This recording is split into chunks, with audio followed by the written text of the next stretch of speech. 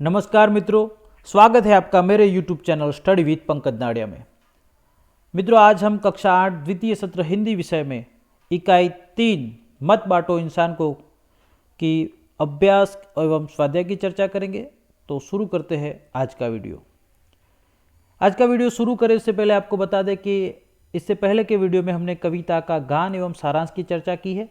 वो वीडियो आपने ना देखा हो तो इस वीडियो के डिस्क्रिप्शन में उसकी लिंक दी हुई है, वहाँ पर जाकर उसे देख सकते हो, या फिर यहाँ पर सजेस्टेड वीडियो में भी उसकी लिंक दर्शाई जा रही है, वहाँ से भी आप उसे देख सकते हो। बात करते हैं अभ्यास एवं स्वाध्याय के प्रश्नों की। पहला प्रश्न, प्रश्नों के उत्तर दीजिए।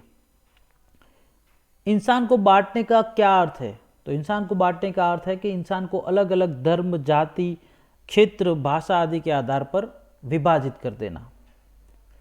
प्रश्न 2, लोगों ने भगवान को किस प्रकार बांट लिया है? तो लोगों ने भगवान को अलग अलग धर्म के नाम पर अलग अलग धार्मिक देवस्थान बनाकर, मंदिर, मस्जिद, गिरजाघर, गुरुद्वारा आदि बनाकर बांट लिया है। प्रश्न 3, चट्टानों की प्यास कैसे बुझाई जा सकती है? चट्टानों की प्यास प्यार का जल बहाकर, प्यार का जल देकर बुझाई जा सकती है, यानी कि प्यार, प्रेम बांटकर, प्रेम भावना बांटकर, खुशियाँ बांटकर चट्टानों की प्यास बुझाई जा सकती है। यानी चट्टान का मतलब है ऐसे लोग जिनके पास खुशियाँ नहीं पहुँची है, या जहाँ पर खुशियाँ दिखाई नहीं दे रही है, वहाँ पर हम प्यार का जल पहुँचाना है। प्रश्न 2, इस काव्य को आरोह अवरोह के साथ गाइए तथा समूह गान कीजिए।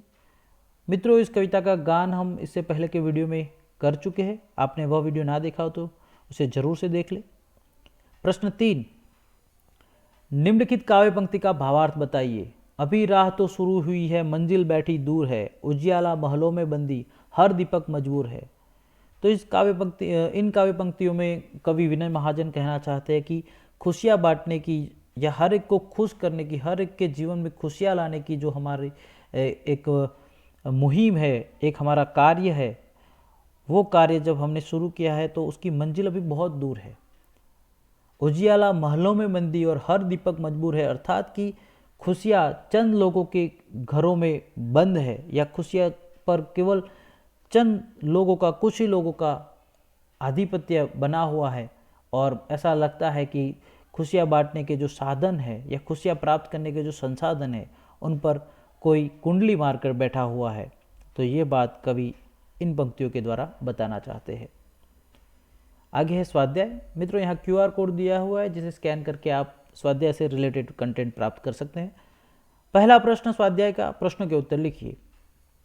कविता के अनुसार अब तक किन चीज़ों का बंटवारा हो चुका है? तो कविता के अनुसार अब तक सागर, धरती और ईश्वर भगवान का बंटवारा हो चुका है।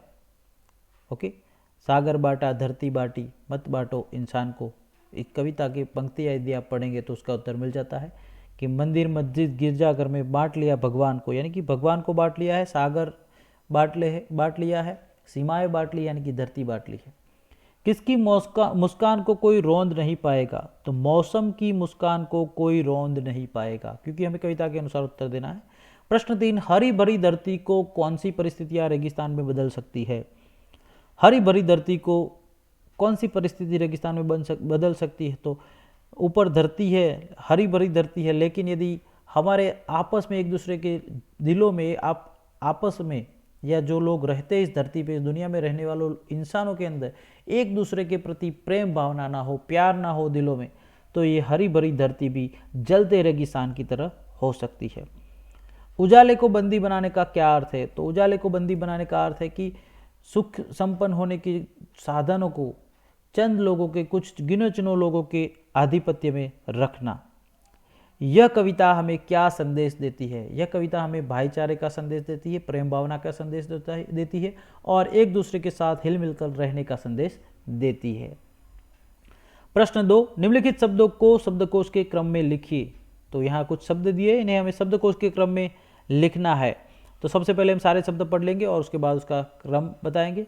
प्यासी, आंगन, सागर, इंसान, वितान, ऊपर, रेगिस्तान, मंजिल, घाटी, गिरजाघर, मुस्कान, चट्टान, उदास और बंदी। तो सबसे पहले स्वर से शुरू करते हैं। आंगन, तो इसका नंबर आएगा पहला, सबसे पहले आंगन।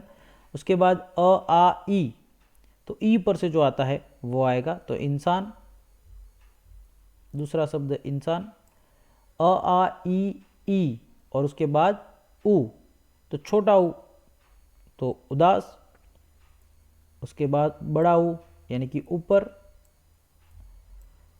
उ ए ऐ, तो ए पर से कोई है नहीं है, ऐ पर से नहीं, ओ औ अम, ओके, तो स्वर पे से सारे खत्म हो गए। अब व्यंजन की बात करते हैं, क ख ग, इसी प्रकार से आपको शब्द को उसके क्रम में लिखना है, क ख ग घ, तो यहाँ पर ग पर से एक शब्द है, ख पर से कोई शब्द नहीं है, क पर से नहीं, ग पर से शब्द है तो इसका नंबर आएगा 5वां गिरजाघर। उसके बाद घ पर से भी शब्द है घाटी, तो इसका आएगा 6ठा नंबर। क ख ग घ, फिर च, तो च पर से चट्टान, तो ये 7वें नंबर पर। फिर आएगा छ ज झ ट ठ ड ढ ण त, त पर से नहीं है कोई शब्द, थ द ध न प, तो प पर से यहाँ पर शब्द बनता है प्यासी, तो प पर से ये 7वें के बाद 8वां शब्द। प फ ब भ म, तो म पर से 2 शब्द है, मंजिल भी है और मुस्कान भी है। तो मित्रों याद रखिए कि मंजिल पहले आएगा, मुस्कान बाद में आएगा। तो 9वां नंबर मंजिल, उसके बाद 10वां मुस्कान। ओके, ब भ म य र, तो र पर से रेगिस्तान, तो 11वां नंबर रेगिस्तान। भ म य र ल व, तो व आ गया, तो ये 12वां नंबर। उसके बाद आएगा व स स, तो स पर से एक ही शब्द है यहाँ पर, तो वो आएगा 13वां नंबर। तो इस प्रकार से हमें शब्दकोश के क्रम में सारे शब्द लिखने हैं। ओके, आगे देखते हैं प्रश्न 3। आज के इस आधुनिक परिवेश में संयुक्त परिवारों की जगह एकल परिवारों ने ले ली है। एकल परिवार के पक्ष विपक्ष में कक्षा में चर्चा करनी है। तो संयुक्त परिवार क्या होता है और एकल परिवार क्या होता है उसके बारे में जान लेते हैं। संयुक्त परिवार यानी कि पहले के ज़माने में माता पिता होते थे, उनके बेटे होते थे, उनका विवाह होता था, फिर उनके भी बच्चे होते, तो पूरा परिवार, मतलब कि आप अपने माता पिता के साथ दादा दादी, चाचा चाची, बड़े पिताजी, ये सारे मिलकर एक ही परिवार में, एक ही घर में रहते थे, सबका खाना एक साथ बनता, तो ये संयुक्त परिवार हुआ करता था। और एकल परिवार मतलब कि 2 भाई है, तो दोनों ने फिर शादी कर ली, दोनों अलग अलग रहने चले गए, माता पिता अलग रहते हैं, भाई उनके जो बच्चे होते हैं मतलब कि वो अलग रहते हैं, तो ये एकल परिवार होता है। एकल परिवार में केवल पति पत्नी और उनके बच्चे होते हैं, और संयुक्त परिवार में पति पत्नी होते, बच्चे होते हैं, उनके अलग भाई और उनके बच्चे, पत्नी वगैरह, दादा दादी, ये सब कुछ संयुक्त परिवार में आता था। तो यहाँ पर प्रश्न ये है कि एकल परिवारों ने संयुक्त परिवारों की जगह ले ली है, तो हमें इसके पक्ष विपक्ष में भी चर्चा करनी चाहिए। तो पक्ष में हम पहले बात करते हैं, फिर विपक्ष में करेंगे, या फिर पहले विपक्ष में कर लेते हैं और बाद में पक्ष में करते हैं। तो एकल परिवार ने जो संयुक्त परिवार की जगह ले ली है, ये बहुत बुरी बात है। पहले के ज़माने में हर कोई एक परिवार के साथ रहता था, लोगों में प्यार भावना थी, प्रेम भावना थी, हिल मिल कर रहते थे, जो भी निर्णय लेते थे परिवार में बड़े बुजुर्ग लेते थे, किसी भी बात पे चर्चा की जाती, सब मिलकर खाते थे, सब हर एक त्यौहार को मिलकर बनाते थे, एक दूसरे के प्रति सम्मान था। आजकल एकल परिवारों में यह नहीं देखने को मिलता है। कई बार लोग मिलने भी नहीं आते, माता पिता को, भाई बहन को, सबको भूल जाते हैं। तो इसीलिए एकल परिवार ये अच्छी बात नहीं है। तो ये विपक्ष की हो गई। पक्ष की बात करते हैं कि एकल परिवारों ने संयुक्त परिवार की जगह ले ली है, ये सही है, क्योंकि परिवार जैसे ही बड़ा होता है तो फिर ज़्यादा लोग होते हैं, और हम जानते हैं कि ज़्यादा लोगों के विचार मिलते नहीं हो, फिर झगड़े होते हैं, संघर्ष होता है। इससे अच्छा है कि एकल परिवारों में रहे। इसके अलावा संयुक्त परिवारों में कई बार ऐसा होता था कि एक ही व्यक्ति कमाने जाता था, वो कमा कर लाता था, बाकी कई बार ऐसा होता है कि एक भाई ज़्यादा कमाई करता है, दूसरा कम कमाई करता है, और फिर जो संपत्ति होती है उसके बंटवारे के बारे में भी झगड़े होते रहते। कई बार औरतों के बीच झगड़े होते रहते थे, हर एक की खाने की पसंद अलग अलग हुआ करती थी। तो ये सारे परेशानियां जो हुआ करती थी और उसकी वजह से जो झगड़े होते थे, उसका एक ही निराकरण था, और वह है एकल परिवार। तो एकल परिवार कोई बुरी बात नहीं है। तो इस प्रकार से आप चर्चा कर सकते हैं।